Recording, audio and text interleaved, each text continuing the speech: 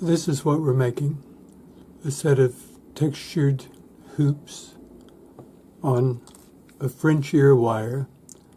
Now, the only thing different was chenille soldered on this so that it's spinnable, movable. You could use a head pin quite easily for this. You can also make your own, like I'll show you in the video. So, nice and simple. You could use an existing hoop. You could just loop your French ear wire around the hoop, but I like this. It's a little bit different. And it's textured on the side and on the edge. Ciao. So for a 20 millimeter diameter circle, we need 66 millimeters of 1 millimeter wire. So I'm just going to cut these with side cutters using my steel rule. And then we need 2 pieces of chenille tubing. This has a 1 millimeter hole, but we're not going to put 1 millimeter wire through it. For our ear wires, we're going to use 0.8 sterling wire. All of this is sterling, and it'll be slightly loose, but that's okay because we want this to move freely. So the old side cutters. Now, for this to work, after we cut it, we're going to have to file the ends flat. So 66, and I'll just use the first wire to cut my second wire. That way they end up the same length.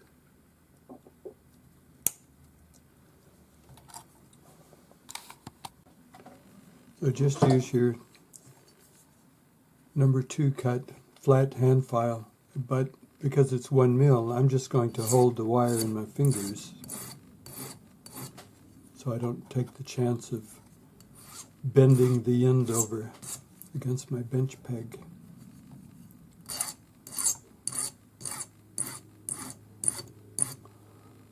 Nice and flat. And after you get them both filed, check them against each other to make sure they're the same length.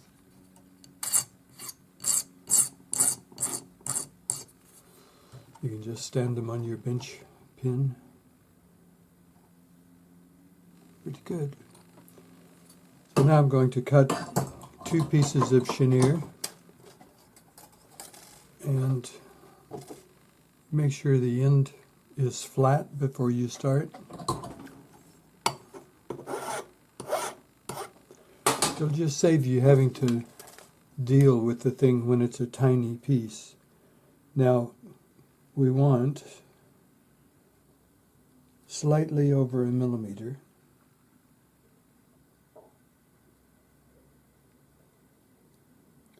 I'm going to set this at 2. Check. Always zero your calipers.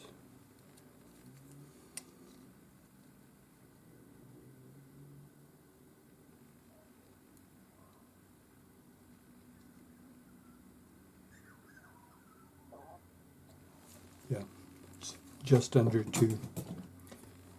And this chenille holder, chenille cutter they call it, has a vernier on the side so you can read it. But oftentimes you want to actually check it with your calipers. So you use your inside setting on your calipers. Just drop that down inside. Look at the notch. Dial that in and it'll give you the dimensions. So now, just hold your chenille with the flat end.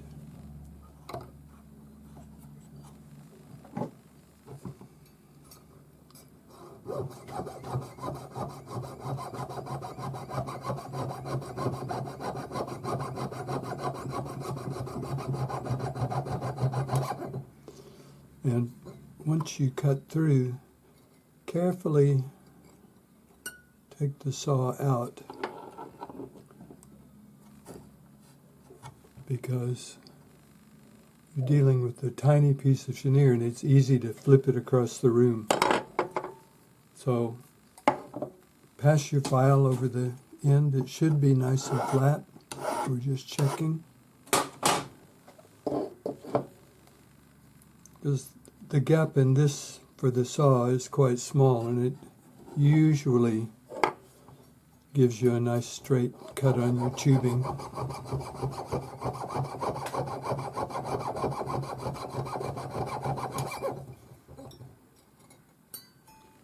It's really easy to flip that across the room. If you have a set of broaches, which is what they call a tapered reamer, you can pass it through the chenille, or you can just take a 1mm drill bit, slip that on, and be careful because you don't want this spinning in your fingers, because it'll cut you. So just spin that up a little to clean the flashing out of the chenille. Do both of them. Anneal your wire, because we need to be able to manipulate it.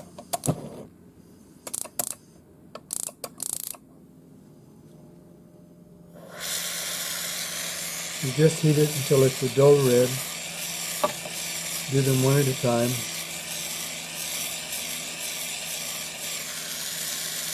Shift that out of the way. If you try to do two wires at the same time, it's quite easy to overheat one of them because of the spillover of the flame.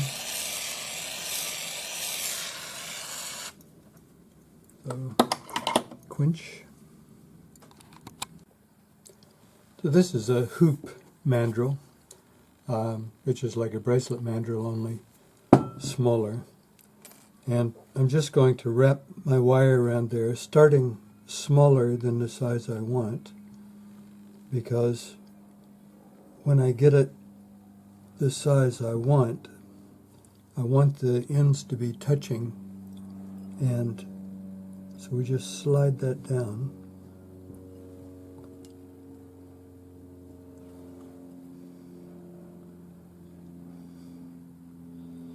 And I want them touching because we're going to solder our chenille in place.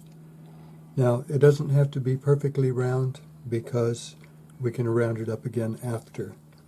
So I'm just using this to get my basic shape.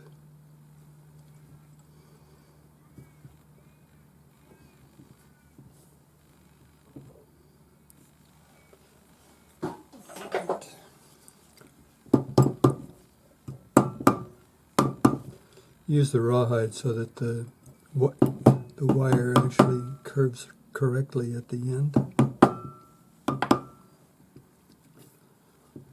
And we're ready to do some soldering. I'm just going to place the chenille, spring this apart, slip it over the chenille.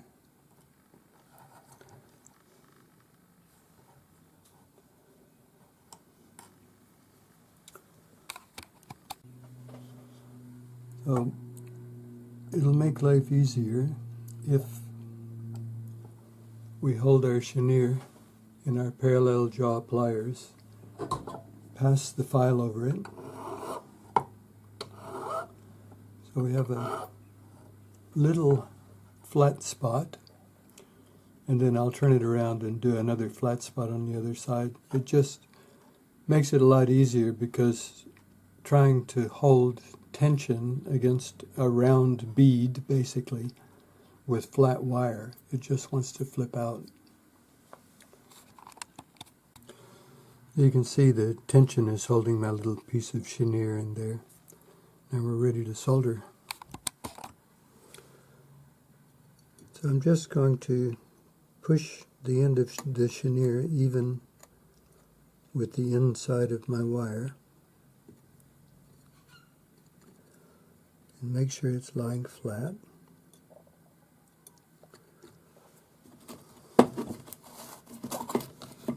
In flux, you don't need a huge amount, so just at each spot where the chenille touches. And I'm going to use hard solder.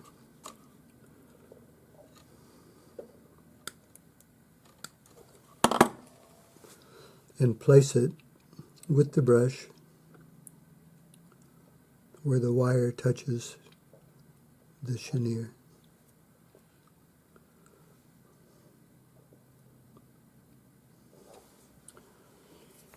I'll zoom a bit so you can see.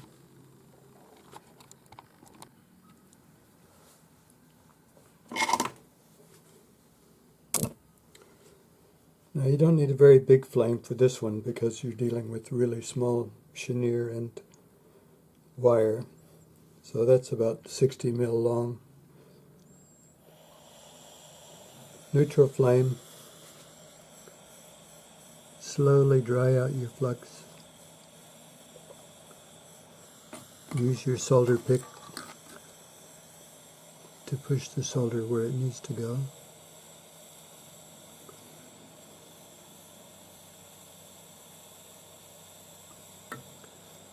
Then just circle. The flux will go clear and the solder will flow, just like that. Now don't linger. Once the solder flows, back away. Otherwise you'll melt your piece. And make sure it's not stuck. Flip it over. Have a look. Make sure the solder flowed to the other side. If it did, quench it and pickle it. Do your second one.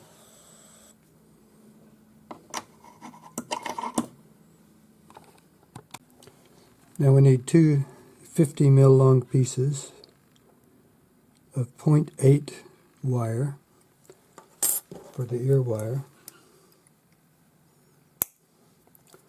Cut your two pieces. Check they're the same length. File the ends flat just by holding them in your fingers and running your number 2 cut flat hand file across.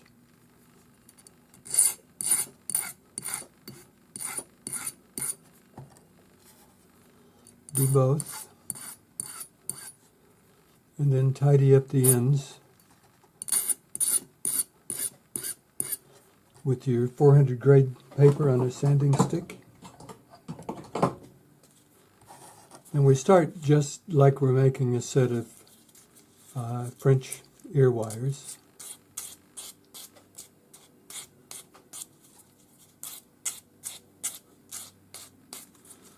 And we're doing all of this so that whichever end we choose to go through the ear will be burr free, it won't cut you. So take your flat half round pliers and put a mark where you're going to bend your wire. So we're just going to bend that down 45 degrees, come over here to the large round part of the pliers, come up and over, and put a little kick in the end. So that's our ear wire that we would normally make, only normally we'd have a loop on this end. And we just make this the same way. If you mark your pliers, you'll end up with the same shape every time.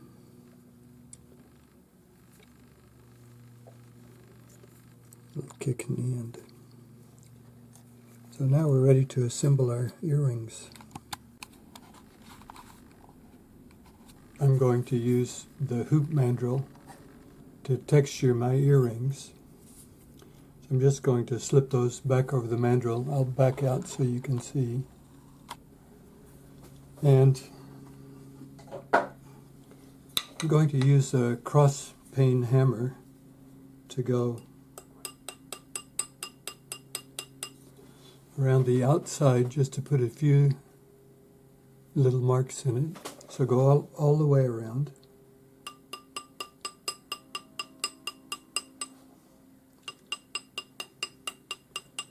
If you get really aggressive with your hammer, it's going to stretch your earrings.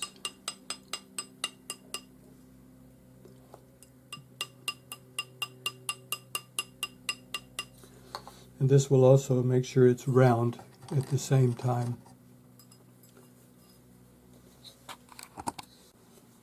And now, a little bit on the side, and don't hammer your chenier.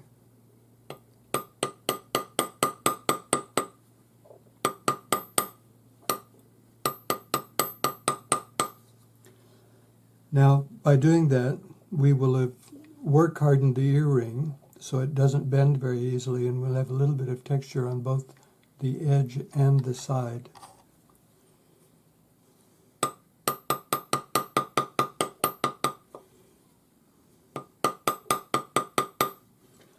You can see I'm not hammering it a lot. It doesn't need a lot to work harden it.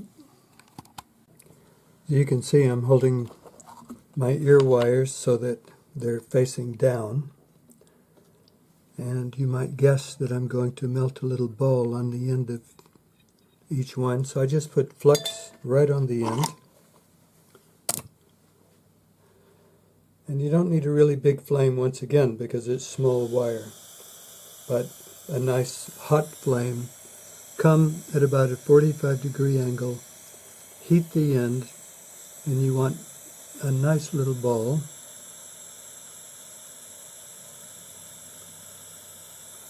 And ideally, you have the same amount of ball on both.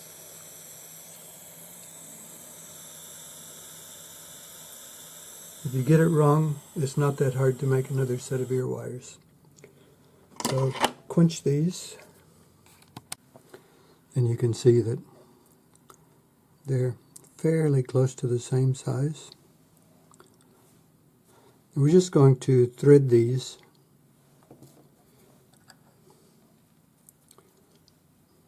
from the bottom. Just stick your ear wire through.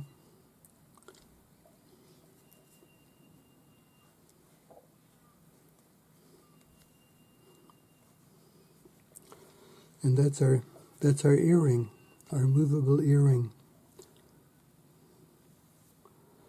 Feel free to make the ear wires whatever you like, but that's it, a nice simple set of earrings. I'm going to pickle these now and tumble them, and we'll get the oxides off the ear wires.